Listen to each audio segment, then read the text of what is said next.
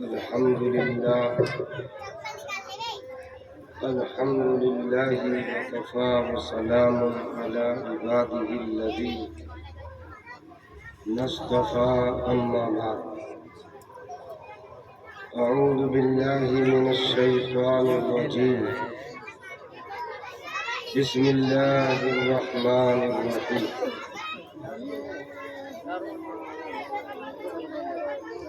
يا أيها الذين آمنوا اتقوا الله حق تقاته ولا تموتن إلا وأنتم مسلمون صدق الله العظيم. جناب صدر، معزز علماء کرام اور آج کے اس نورانی اصلاحی مدرسے کے سالانہ اجلاس کے ناظم اجلاس حضرت مولانا شمشیر الاسلام صاحب، ماشاءاللہ ناظم اجلاس بھی ایسا میسر ہوا ہے جو پرانے ہیں اور رچے ہوئے ہیں، اور اپنی سحر بیانی سے پورے مجمع کو ٹھیک کر کے بٹھا دیتے ہیں۔ اللہ تعالیٰ ان کی عمر میں برکت دے، انہیں بھی برکت دے۔ چند باتیں گوش و گزار کرنی ہے۔ آپ حضرات کی توجہ مبذول ہونی چاہیے، اور پیچھے بچے بول رہے ہیں، قاری صاحب ذرا ان کو خاموش کر دیں۔ اللہ تبارک و تعالیٰ نے آج کے اس اجلاس میں جو ہمارے علاقے میں، اور خاص کر بڑی خوش نصیبی کی بات ہے کہ ہماری بستی میں ایسی اہم شخصیت اور ایک صاحب نسبت بزرگ اور جمعیت علماء بنارس کے صدر وہ تشریف لے آئے۔ اللہ والوں کا غرور، اللہ والوں کی آمد بستی کے لیے بہت خیر کا باعث ہوتی ہے، اور اللہ کی رحمتوں کو متوجہ کرنے کا ذریعہ ہوتی ہے۔ تو ان کی آمد پر ہمیں خوشی ہے، اور ماشاءاللہ آپ حضرات اپنا قیمتی وقت لے کر یہاں تشریف فرما۔ علماء کرام بھی یہاں ماشاءاللہ خاصی تعداد میں۔ اللہ تبارک و تعالیٰ نے مجھے بھی اور ان علماء کو بھی اور آپ کو بھی جو یہاں بیٹھے ہیں، اور ایک بزرگ تشریف لا رہے ہیں اہل دل، یہ ادارہ جو قاسم العلوم کے نام سے منسوب ہے، یہ اسی کی برکت سے آ رہا ہے۔ اگر یہ ادارہ نہ ہوتا تو یہ چہل پہل، یہ رمق، اور یہ فضاؤں میں جو اللہ کا نام گونج رہا ہے اور فضاؤں کی بلندیوں پر جا رہا ہے، اور اللہ کو بھی اس مجمع کو دیکھ کر پیار آ رہا ہے، تو یہ نظم ہمیں میسر نہ ہو، یہ ادارے کی برکت ہے۔ اور قاری عبدالناصر صاحب کو مبارکباد بھی دینی چاہیے، میں ان کو بھی مبارکباد پیش کرتا ہوں۔ پہلی انہوں نے جب ایک اجلاس چند ماہ پہلے کرایا تھا، میں بہت مصروف تھا جمعیت کے تقاضوں پر، میں حاضر نہ ہو سکا تھا۔ آج بھی میری مصروفیت بہت تھی، 2 جگہ اجلاس میں شرکت کر کے تیسرے اجلاس میں شرکت کرتا آج بھی تھی، لیکن ارادہ کیا تھا کہ آج ضرور حاضر ہو، وعدہ بھی تھا۔ اصل گفتگو اور اصل نصیحت تو اپنے مہمان مکرم اور ایک بزرگ عارف باللہ کی ہمیں سننی اور ان کے دیدار کرنا۔ اللہ تعالیٰ نے ہمیں ایمان کی دولت سے سرفراز کیا، ہم مسلمان ہیں، اور ایک مسلمان لفظ جب استعمال ہوتا ہے اسلام والا، یعنی کہ امن والا، شانتی والا، جس کے زبان سے بھی، ہاتھوں سے بھی، پیروں سے بھی، اور آنکھوں سے بھی، اور کانوں سے بھی امن عام ہونا چاہیے۔ نہ تو وہ بد امنی پھیلاتا ہے اور نہ بد امنی کو پھیلانے دیتا، اسے مسلمان کہتے ہیں۔ جو امن کو خراب کرنے والے ہوتے ہیں وہ اسلام والے نہیں۔ اسلام والے وہ ہیں، مسلمان وہ ہیں کہ وہ اللہ کے حکم بردار ہوتے ہیں، اطاعت کرنے والے ہوتے ہیں، پابند ہوتے ہیں۔ چونکہ ایک طرف شریعت ہے، یہ ایک طرف بندگی ہے۔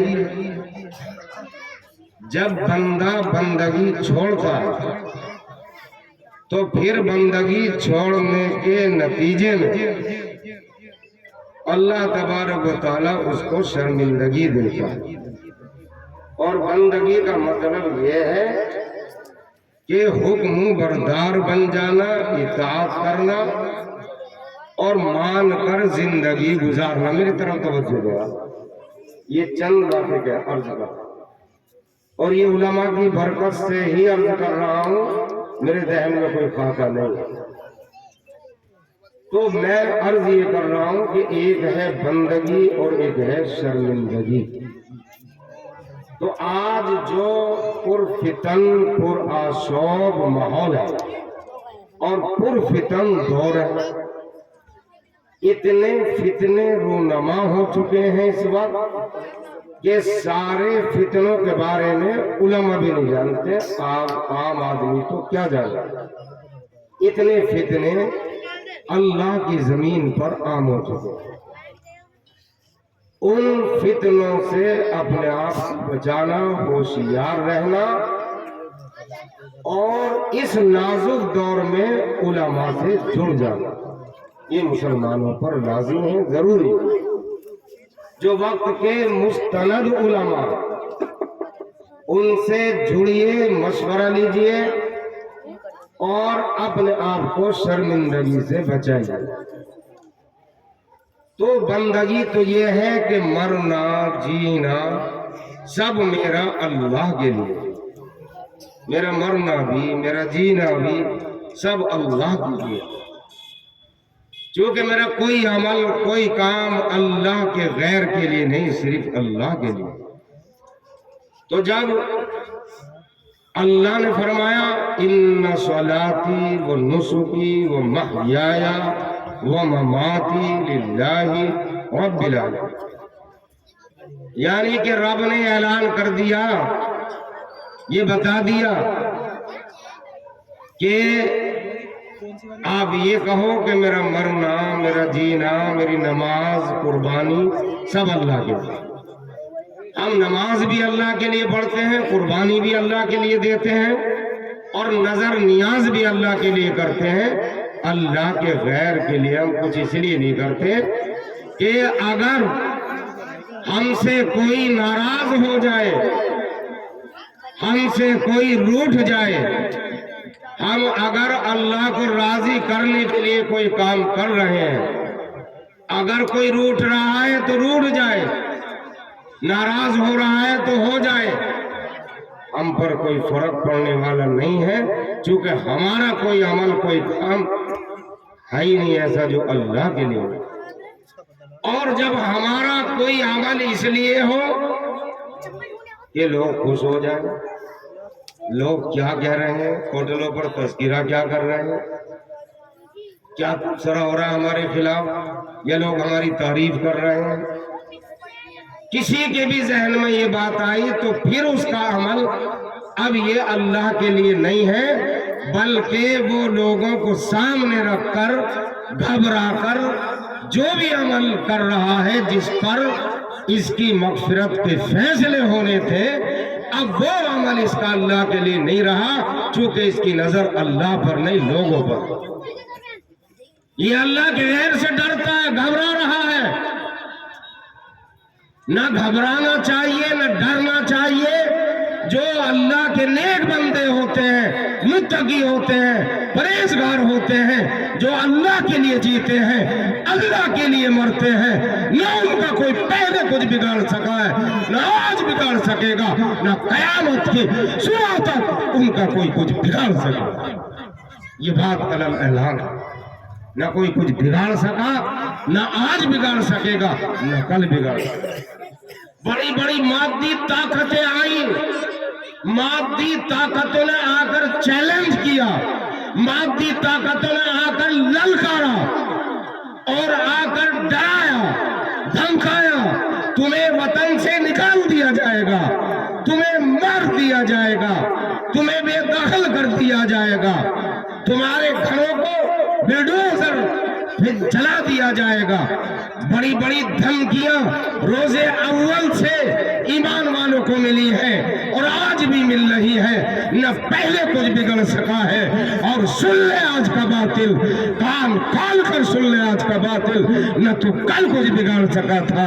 بڑے بڑے فرعون آئے، بڑے بڑے قارون آئے، بڑے بڑے جابر اور ظالم آئے، وہ مٹ گئے جہاں سے نہ وہ کسی اسلام کو ختم کر سکے، نہ مساجد کو ختم کر سکے، نہ مدارس کو ختم کر سکے، نہ ایمان والوں کو ختم کر سکے۔ کلمہ گو کا وہ نام و نشان مٹا نہیں سکے، بلکہ ان کا خود کا نام و نشان مٹ گیا۔ ایک بات کو عرض کرتا ہوں،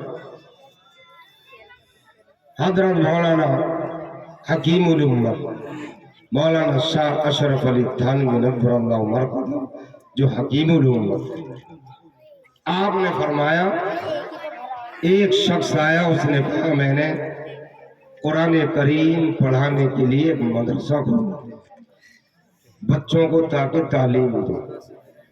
یہ عمل بہت اونچا ہے۔ یہ جو ننھے منھے بچے، یہ بچہ نعت پڑھ رہا تھا اور دو بچوں نے، ایک بچی نے تلاوت کی، ایک بچے نے اور کی، بڑے اچھے لب و لہجے کے ساتھ قرآن کی تلاوت کر رہا تھا، اور ایک بچے نے نعت پڑھی۔ یہ جب معصوم بچے پڑھتے ہیں، اللہ کے یہاں تعریف صرف بخاری شریف پڑھانے پر ہی نہیں کہ شیخ الحدیث اگر بخاری شریف پڑھائے تو انہی کی مغفرت ہو۔ اگر کوئی اخلاص کے ساتھ بچوں کو قاعدے کے طریقے پر پڑھا دے، انہیں الف اور با اور جیم اور زا کا فرق سکھا دے، اور تا اور تا کا فرق کرا دے، یہ بیٹا تا یہ ہے اور تا یہ ہے، دونوں میں فرق ہے، اور اس بچے پر صرف قرآن کریم پڑھنا آ جائے، ایک بات نمبر 1۔ دوسرے نمبر کی بات کہ وہ بچہ عقائد سیکھ لے کہ صحیح عقیدہ کیا ہے اور غلط عقیدہ کیا ہے۔ اللہ کے بعد عقائد کی مختصر تعلیم مل جائے، دینیات سے واقف ہو جائے، نماز کے فرائض، واجبات اور غسل کے فرض اسے یاد ہو جائے۔ اس کا والد جس کی عمر 70 سال، 65 سال، 50 سال، والد کو نماز کے فرائض 7 باہر کے اور 7 اندر کے اسے یاد نہیں، واجبات اسے یاد نہیں، اور ایک معمولی معصوم بچے کو واجبات بھی یاد نہیں۔ وہ جانتا ہے کہ نماز میں سہو کب ہوگا، سجدہ سہو کب کیا جائے گا، اس بچے کو علم ہو جائے گا کہ اگر ان 14 میں سے ایک چھوٹ گیا تو سجدہ سہو کرنا پڑے گا، نماز تب ہوگی نہ نماز نہیں۔ اب اس بچے کو اگر اتنا علم آ گیا بس، اور قرآن کریم کو صحیح پڑھنے لگا ادائیگی کے ساتھ، ناظرہ حافظ نہیں بنا، اتنا عمل کیا ہے، اور اس کا باپ قبر میں اس کے والد کی پٹا پھرا، قبر میں گرفتار ہے، عذاب میں مبتلا ہے۔ تو رب کی رحمت کا اندازہ لگائیے، رب کی رحمت تو دیکھیے، اللہ کو اس بچے کی وجہ سے پیار آئے گا جب وہ معصوم بچہ اللہ کا نام لے گا اور قرآن کریم کی تلاوت کرے گا، تو پروردگار عالم اس کے ابا پر جو قبر کا عذاب ہو رہا ہے، اللہ اس کی قبر کے عذاب کو ہٹا۔ اتنا بڑا کام ہو گیا صرف قاعدہ اور قرآن کریم پر، اتنا اونچا۔ حالانکہ مغفرت کا جہاں تک سوال ہے، پوری زندگی کا سرمایہ لگا دے انسان، متقی بن جائے، پرہیزگار بن جائے، کبھی تک بھی رولا فوت نہ ہو، پھر بھی انسان کو یہ اطمینان نہیں ہوتا، پتہ نہیں میری کوئی پکڑ نہ ہو جائے، پتہ نہیں اللہ میری مغفرت ہو سکتا میرے بچے کی وجہ سے کر دے، یا اس بیٹے کے عمل کی وجہ سے میری مغفرت کر دے۔ اپنے اعمال پر کوئی اللہ کا نیک بندہ خوش نہیں ہوتا، نہ مطمئن ہوتا، وہ بھی اپنا آپ کو یہ سمجھتا ہے ممکن ہے یہ جو میرا بیٹا حافظ قرآن ہوا ہے، ممکن ہے میرے بیٹے نے جو ناظرہ قرآن کریم عمدہ طریقے سے پڑھا ہے، اللہ کو پیار آ جائے اور میری بھی مغفرت ہو جائے، مجھے بھی معاف کرے۔ تو یہ کام معمولی نہیں مدرسے کا۔ تو حضرت تھانوی لکھتے ہیں کہ ایک شخص، ان کے ملفوظ میں لکھا ہوا، ایک شخص آیا اور کہا میں نے مدرسہ کھولا، مخالفت بہت ہو رہی، بڑی غیبتیں ہو رہی میرے خلاف، بڑے محاذ بن رہے، بڑی چیبی گوئیاں ہو رہی ہوٹلوں کو، لوگ کہہ رہے بڑا مال لیا اور خوب جائیداد کر لی اس بندے نے، اور دیکھو کتنا بڑا ڈھونگی۔ تو حضرت نے فرمایا ترقی ملے گی، تمہاری مخالفت ہے۔ یہ دنیا والوں کی فطرت ہے، جسے کمزور سمجھتے ہیں وہ جس لائن میں بھی قدم رکھتے ہیں اس کی مخالفت کرتے ہیں۔ یہ دین نہیں، یہ بالکل بھی دین اسلام نہیں ہے۔ دین اسلام کا یہ تقاضا ہے ہی نہیں، جسے کمزور سمجھا اسے دبانا شروع کر دیا، غیبت شروع کر دی۔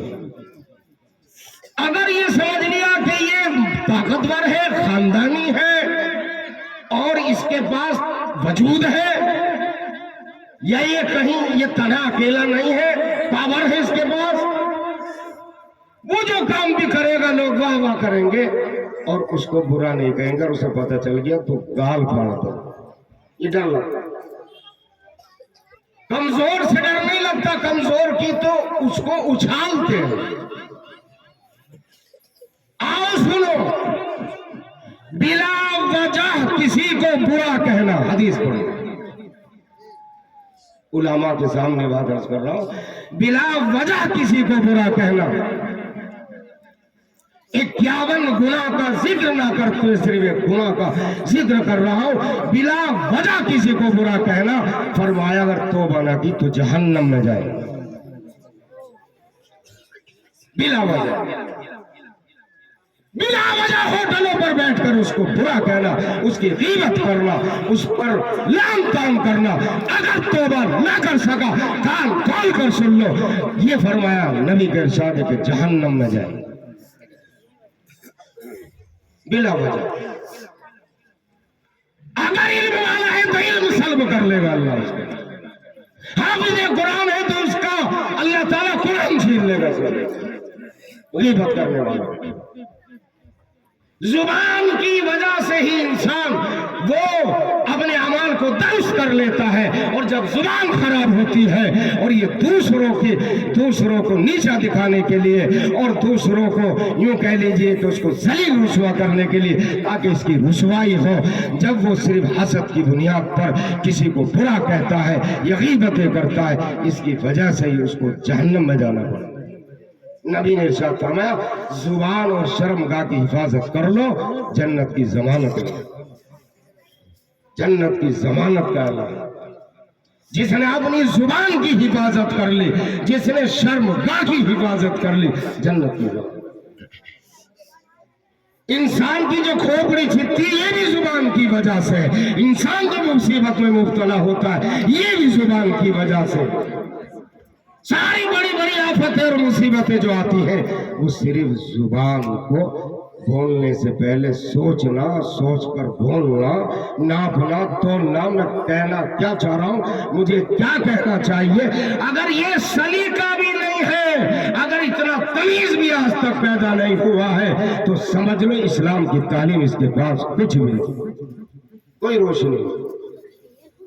بعض لوگوں کو تو مزہ آتا ہے ہوٹلوں پر بیٹھ کر چائے پیتے ہوئے